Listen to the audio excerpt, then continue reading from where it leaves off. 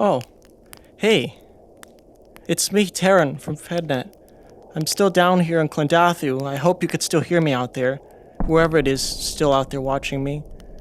I'm sorry, I've lost count of how many days it's been since the last time we've talked.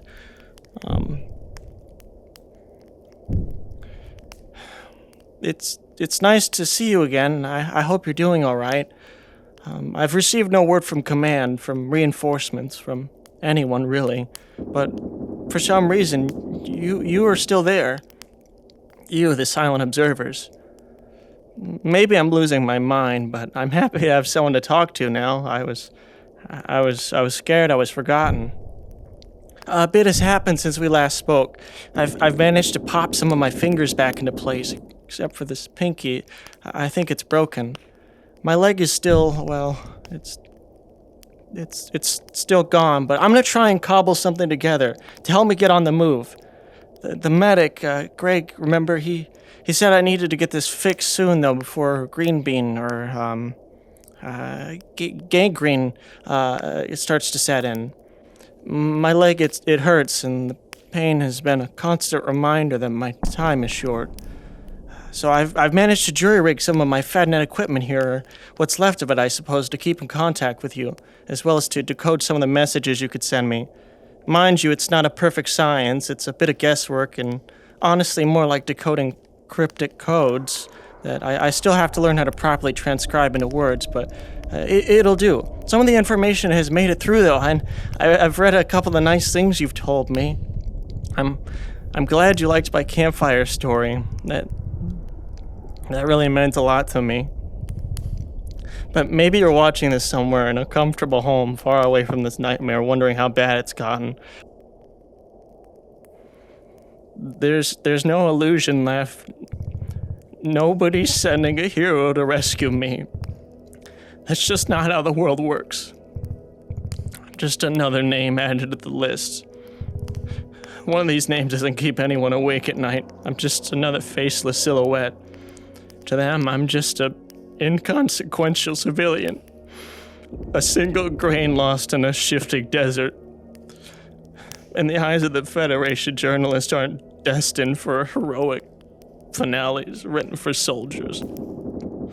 Citizenship is an honor reserved for warriors, not for someone like me. Cameras and pens don't earn medals. I'm a forgotten sentence now, best left unspoken. I'm scared. But I see you. I know you're there, those of you watching. I need you to guide me. Tell me what I should do, where I should go, because I can't stay here. I could see them lurking out there in the darkness. My equipment, it's taken a beating, but any messages, comments, or whatever it is that allows you to provide me information, I will try my best to decode those as much as I can. Some of it has gotten through, but I'm at a crossroads of sorts, uncertain which path to take. I heard a crash to the south, a dropship, or some aircraft. I can't be sure. And then there's been distant gunfire to the northeast, but gunfire draws them, the bugs. The last thing I need to do is walk into their waiting maw, into a meat grinder I can't escape from. I barely made it from the first one. Oh, I've got to think smarter. I've got to be more cautious. My fallen comrades. I wish I had more time to bury them. They spoke of an abandoned post to the west, somewhere they thought might have supplies, even food, but that was a while ago, and these shifting sands, you see, they bury everything. They erase any traces of the past. It's a risk, heading out there into the unknown, into the echoes of their memories. Food and water, it would be nice, though. I tried to cook some arachnid flesh. It's tough and sinewy, but I couldn't keep it down. Imagine sinking your teeth into a piece of leather, tough and unyielding. The texture alone was like chewing on rubber bands. Every bite was a fight against something that refuses to be torn apart.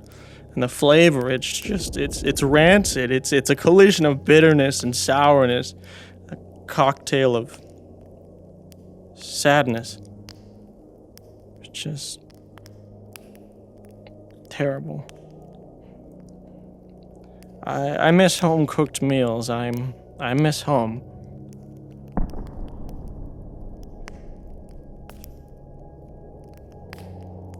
But hey, how about a little detour from the heavy topics? I've got an idea to brighten our spirits, something that'll be just the thing we both need. Campfire Stories, remember? I love doing these when I still had people in my life who wanted to share in these moments with. I haven't had people to share these with in quite a long time. These are a way for me to escape, just for a moment, you know, like an old friend inviting you to sit down, holding you close with a warm, welcoming hug, to relax and let you know it's all fine. Even when it feels like the world's breaking you down into nothing.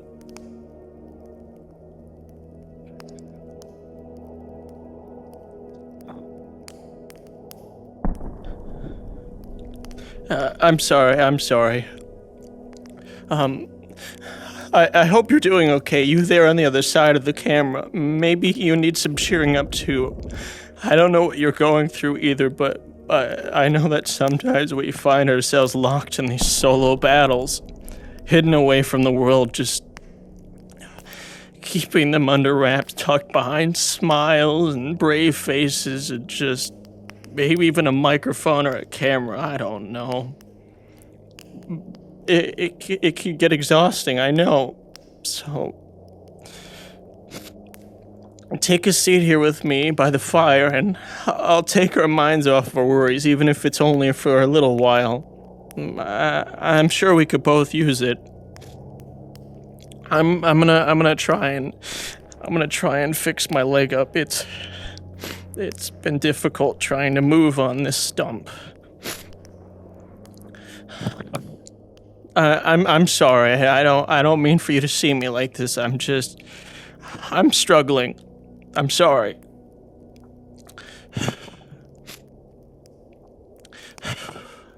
Okay, I'm okay now. How about a story when I traveled to the Middle East? Yeah. So I'm gonna try and cut this stupid bug mandible off, and maybe I could do something from it. And for some reason, I'm sorry. It seems like we're having a little bit of connectivity issues. I apologize, but I must express the grievances I have for this knife. It's just, these knives are terrible. Why would they give us these? They're useless. Ugh. I don't understand who gave us a throwing knife. Why a throwing knife? There's no serrated teeth on these. I have a butter knife. It's like trying to stab a tank with a butter knife. I don't know. I just need something to go right. But yeah, so this one time I remember I was traveling in the Middle East. It was early in the morning, and I remember it was hot and sun was still rising, and my phone was dying, so I didn't really have much to do.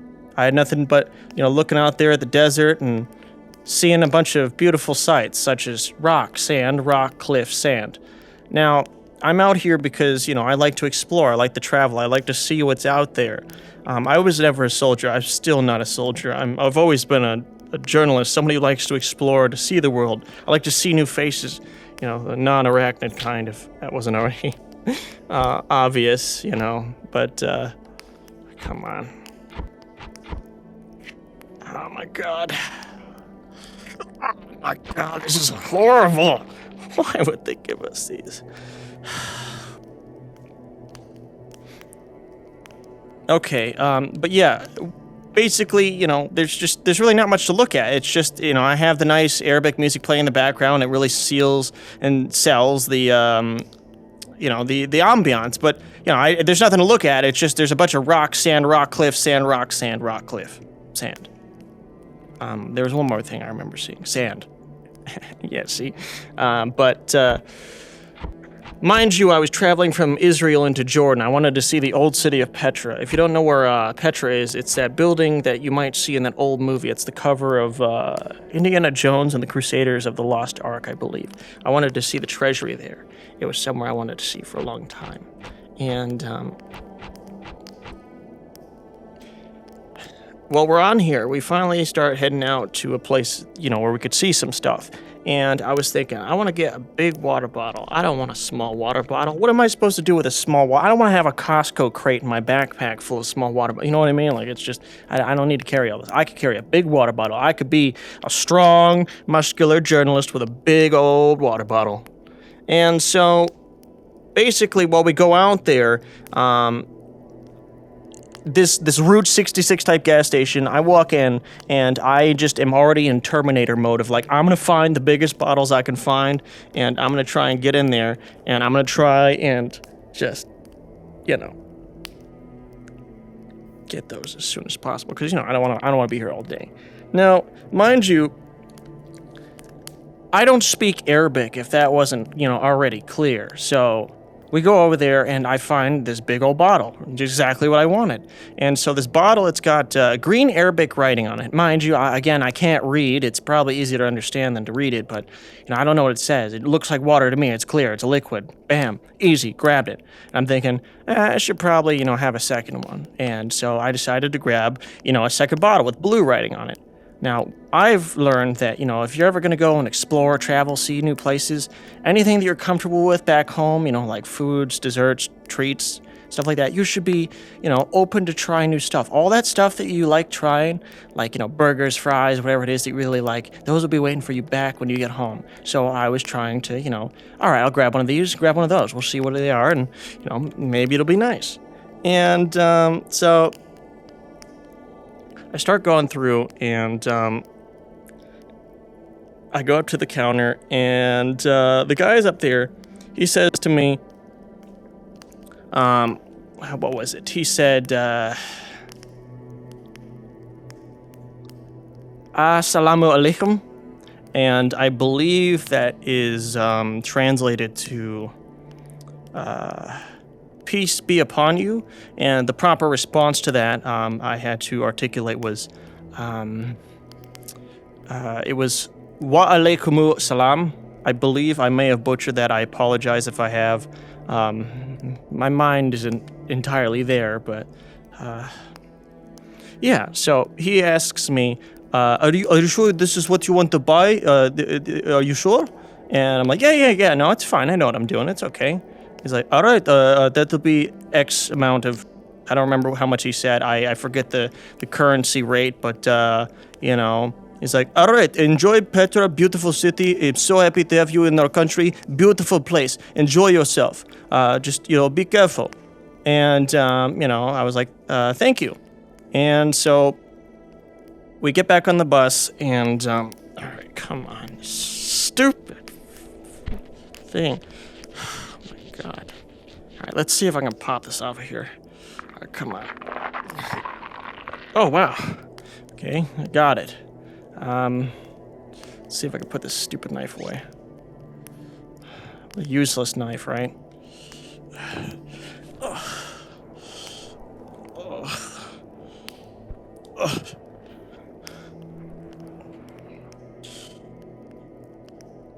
Oh, my goodness. I apologize. It's a bit of a task. Ooh, man, I almost burned my boot there.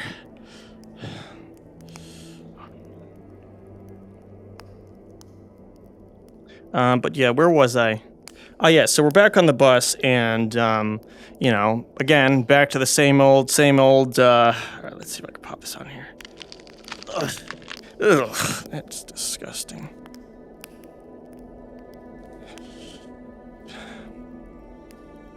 But, it's hot, and the bus I forgot to mention. Imagine, like, Miss Frizzle's bus, but, like, technical truck edition, right? So we're on here, and there's no suspension. It's just shaky awfulness. Like, you can just feel your body just vibrating into dislocation and disarray. And so I remember that I got thirsty. I'm in the desert, so, thirsty. So I get my bottles from my bag. So I pull my bag over and just pull out my first bottle of the green writing. Just, pop it out. Just... And I'm like, all right, I am so thirsty. And then so I take a big old swig, and it takes me a second or two to register. I close my cap slowly, swallow what was in my mouth, and I put my bottle back in my bag and just kind of sat there with my hands on my lap and just took in the realization that I bought vodka, and that I'm now out in the desert in the hot heat of a headache, and I got vodka. That's what happens when you don't, read Arabic or understand it, or, at the very least ask somebody what it says. I mean, just, I don't know. So, fortunately you're probably thinking, well, Terran, remember you've got the second bottle. Second time's a charm. You're right. So I basically go out there and I pull out my bag and let me grab this other rifle. Okay. All right, hold on. All right, get on here. Ugh. All right. Sorry, I'm trying to also, keep track of time. It's I don't have a lot of time, remember? But yeah, so I pull out my second bottle, bam, backpack, psst, pull out the second one, and just same thing. Except this one goes everywhere in a 6-foot radius, all over me, and the person next to me, the other person next to me, and basically everybody on the bus. It wasn't a very large bus. So, you ever walk into a classroom late, you know what I mean? Like, you walk in there, you close the door slowly, you turn around, and everybody's just looking at you like, oh, how dare you? It was kind of like that. My face is as red as a tomato, mind you, and I just basically soaked the entirety of the bus with a super soaker grenade, basically. And I found out that the bottle was seltzer water. See, seltzer doesn't do very well because it's carbonated. Carbonated stuff in a high-altitude environment, shaky bus, they don't really combine very well. So I just decided I'm not thirsty anymore. Put my bag to my side, and I just sat there and just contemplated my existence for a moment. And, I really appreciate people who try to show a little bit of kindness, especially whenever things are embarrassing. I get that. And so this lady next to me, bless her heart, she says, oh my God, I'm so sorry that happened to you. This happens all the time. And I'm thinking in my head, oh yeah, I'm sure this has happened to you on a daily basis. I'm sure this happens every day to every single person. Mind you, I am a little flustered in my mindset. I'm not really in a good mood now.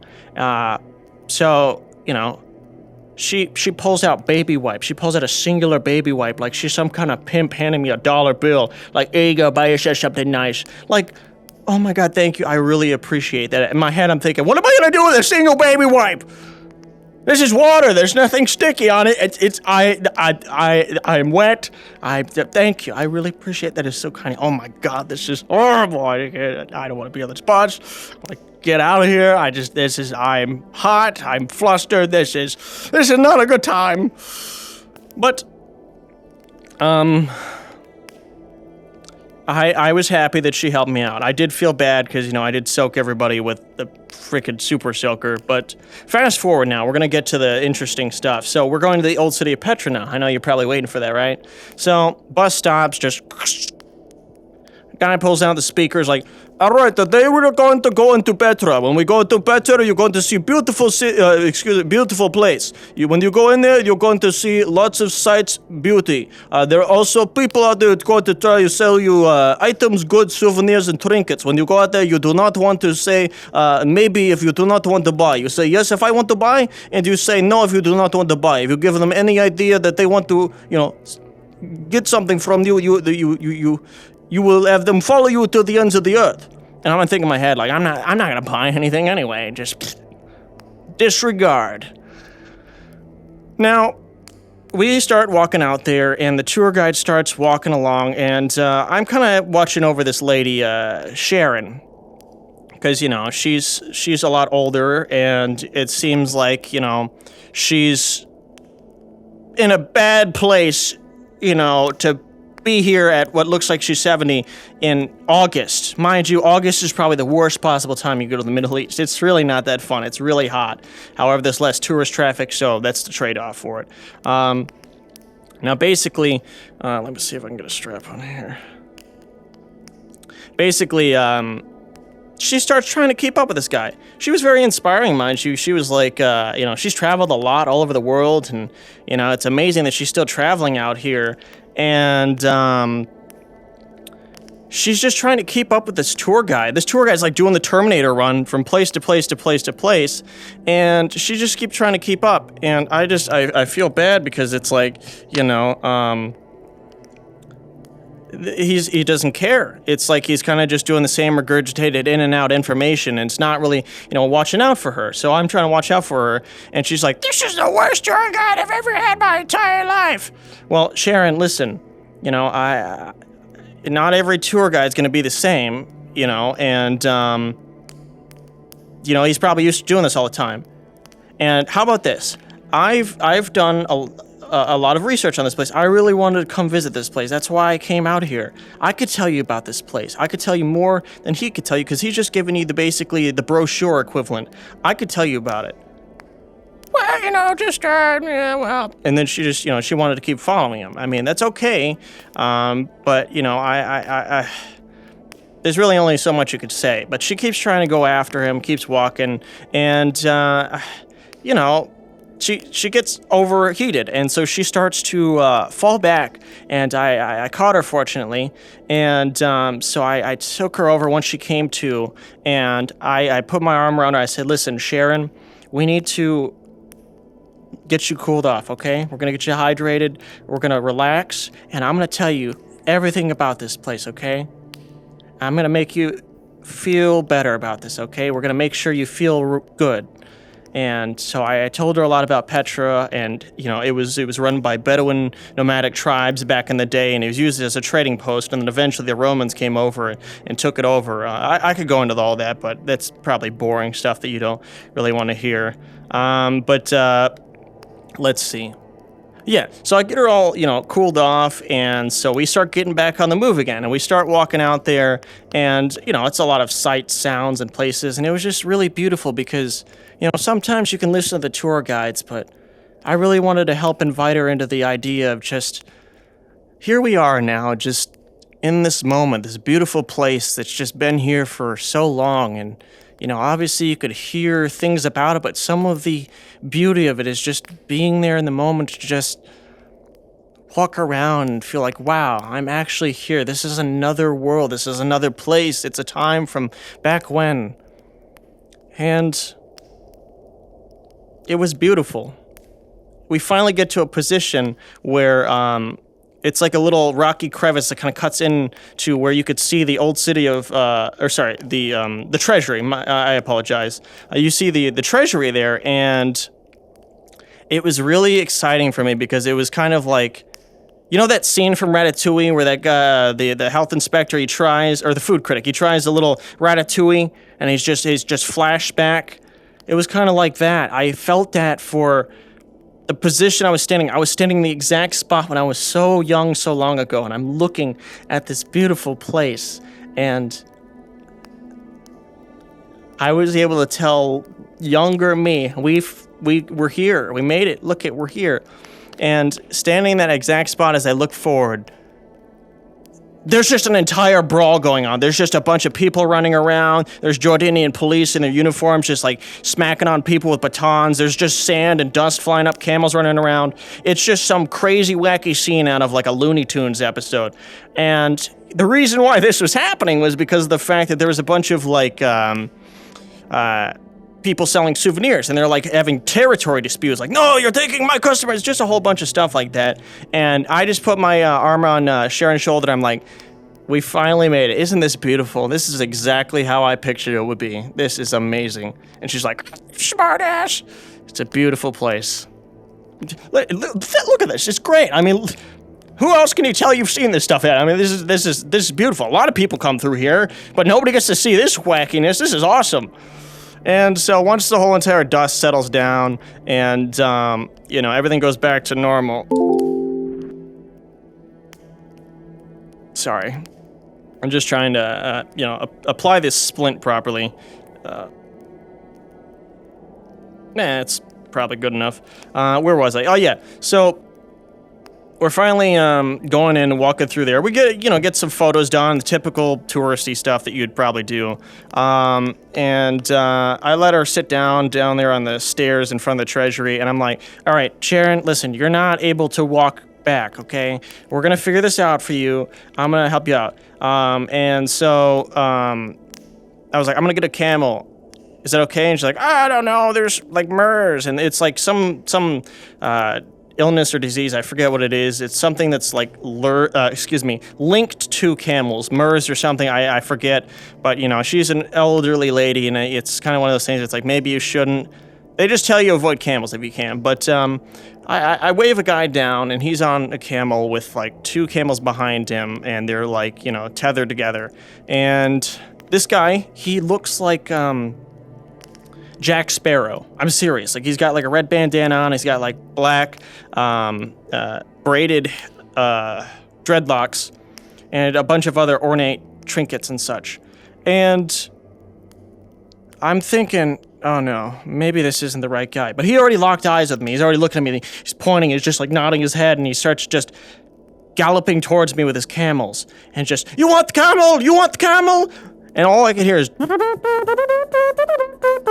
I'm just like, oh no, okay, all right, well, this, all right, I gotta figure this out. Oh, you want the camel? 30 shekel 2 hour. Yeah, I'm gonna have to think about this for a second. You can come back later. Yes, but do you want the camel now? 30 shekel 2 hour. Yeah, no, I understand that, but like, no, I don't want the camel. I said I don't want the camel. Yes, but you do want the camel. I'll give you camel, great. 2 hour camel. No, listen, I don't, yes, no, okay, listen. I don't want the camel. I don't want the camel. I apologize. I thought too quickly. I don't want the camel. 25 shekel, 2 hour camel. No, I don't want them at all. No camel. No camel. Oh, okay, you must be loser then. What? So you understand that word, but you don't understand no? And so he just starts riding off. See, I made the mistake that the tour guide said at the beginning. You either say yes or you say no. You don't just do this little in-between ring around the rosy nonsense, because that's pretty much what I did. So, now I'm stuck again. What do I do? I can't get her a camel. What am I gonna do now? But fortunately, like a little, I don't know, beacon of hope, I guess. Something I need now. This horse and buggy comes through. I see them out there in the distance. And I'm like, oh, perfect. That's not a camel. Bam. I'll go over there and talk to them. And basically, I wave him down. He comes over there, and he's like, you know, Assalamu alaikum. I apologize if that's wrong, and you know, the same response of wa alaikumus salam, and you know, you want to ride to beginning, 15 shekel to ride, and I'm like, oh yeah, that's perfect. You know, here's 25, and he was really appreciative, but I was more appreciative that he was there, and so I basically I grabbed Sharon over there. I'm like, hey, listen, we're going to ride on this. We're going to go up to the front. It's going to be nice and dandy, and we're going to just ride out there, and, we hop in there. And it's nice for a little while, but, this horse and buggy did not have any suspension. Remember what suspension is? That thing that provides you from feeling the horrible sandstone cut street? Yeah, so we start riding on this thing, and it's just like, wow, this is a horrible way to go! And, it was a pretty bad experience all around because, my spinal discs that are built like potato chips are just being vibrated into all kinds of disarray. Really not that fun. And Sharon's just looking at me with an aggressive look. But, I knew I did her a favor, so... She was a sweet lady. She was so nice. But yes.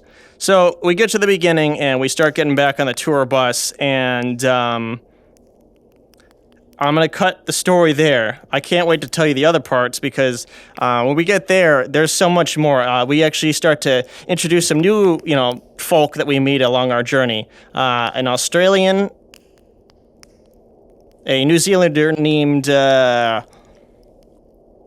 and this old dude named Jerry. If you've ever seen Jack Presents Bad Grandpa, this guy is literally the embodiment of that. That guy has just gotten so old that he just doesn't care about anything anymore.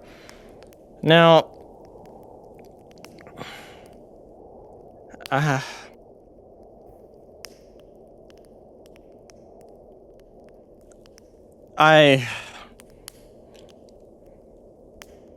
gotta say, you might not physically be here, but your voices, your words, they're real.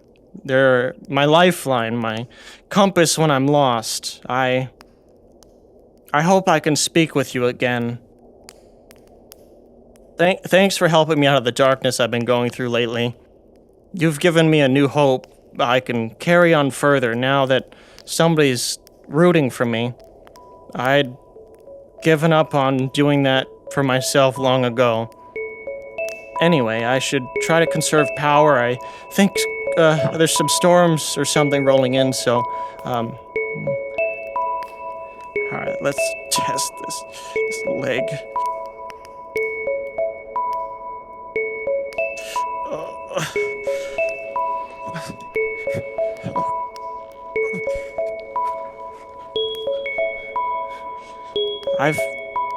I've been your voice left on Klendathu.